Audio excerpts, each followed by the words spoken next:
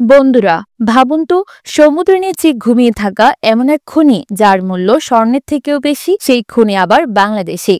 হ্যাঁ, কক্সবাজার উপকূলে মিলেছে বিপুল পরিমাণ জিরকন ও মোনাজাইট, যার ভেতরে লুকিয়ে রয়েছে বিশ্বের সবচেয়ে শক্তিশালী উপাদান ইউরেনিয়াম। বিশ্লেষণে দেখা গেছে এই উপকূলে প্রতি 1000 ppm মাত্রার ইউরেনিয়ামের উপস্থিতি রয়েছে। এমনকি পানির নমুনায় পাওয়া গেছে 10 ppm মাত্রা।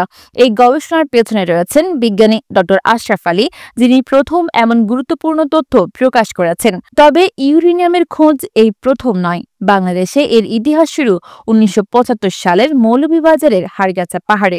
এরপর সিলেট, নেত্রকোনা, এমনকি ব্রহ্মপুত্র নদীতেও গবেষণায় মিলেছে ইউরেনিয়ামের অস্তিত্ব। আর অবাক করা তথ্য হলো, এই উপাদানগুলোর ঘনত্ব 9%-এর বেশি, যা আন্তর্জাতিক মান অনুযায়ী বাণিজ্যিক উত্তোলনের উপযোগী। এতক্ষণে প্রশ্ন জাগে, এই ইউরেনিয়াম দিয়ে বাংলাদেশ কি পরমাণু বোমা বানাতে পারবে? প্রযুক্তিগতভাবে বললে হ্যাঁ, সম্ভব। কারণ ইউরেনিয়াম হলো পারমাণবিক বোমার মূল উপাদান। যেমনটা দেখা যায় উত্তর কোরিয়া বা ইরানের ভূ রাজনীতিতে। যাদের হাতে পরমাণু বোমা আছে, তাদের সামনে এমনকি যুক্তরাষ্ট্র বা ইসরায়েলও ভয় পায়। কিন্তু বাস্তবতা হলো, পরমাণু বোমা বানানো নিছক খনি খোঁজার বিষয় নয়। এর পেছনে লাগে বহু বছরের গবেষণা, বিলিয়ন ডলারের বাজেট ও অত্যাধুনিক প্রযুক্তি।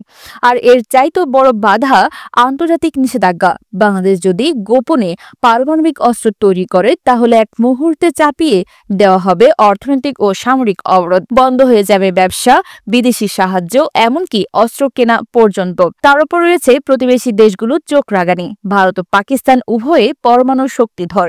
তারা কখনোই চাইবে না আরেক পরমাণু দেশ উদয় হোক তাদের পাশেই। তারা হয়তো সরাসরি বিরোধিতাও করবে, অথবা কূটনৈতিকভাবে বাংলাদেশকে চাপে ফেলবে। আর বাস্তবতা হলো, বাংলাদেশে নেই পরমাণু পরীক্ষা চালানোর মতো খালি জায়গা।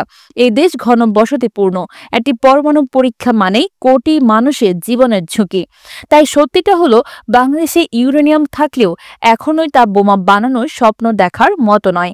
বরং এই সম্পদ দিয়ে পরমাণু বিদ্যুৎ উৎপাদন করে দেশের ভবিষ্যৎ শক্তিশালী করা সম্ভব। উল্লেখযোগ্যভাবে রূপপুর পারমাণবিক বিদ্যুৎ কেন্দ্রে এই ইউরেনিয়াম ব্যবহারের সম্ভাবনা নিয়ে ইতোমধ্যেই আলোচনা চলছে। বন্ধুরা, এমনকি যদি না পরমাণু বোমাও হয়, তবুও এই ইউরেনিয়াম হতে পারে বাংলাদেশের শক্তির নতুন দিগন্ত।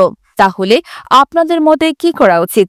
বিদ্যুৎ উৎপাদনে ব্যবহার, নাকি কৌশলগত শক্তি হিসেবে সংরক্ষণ? নিচে কমেন্টে জানাতে ভুলবেন না।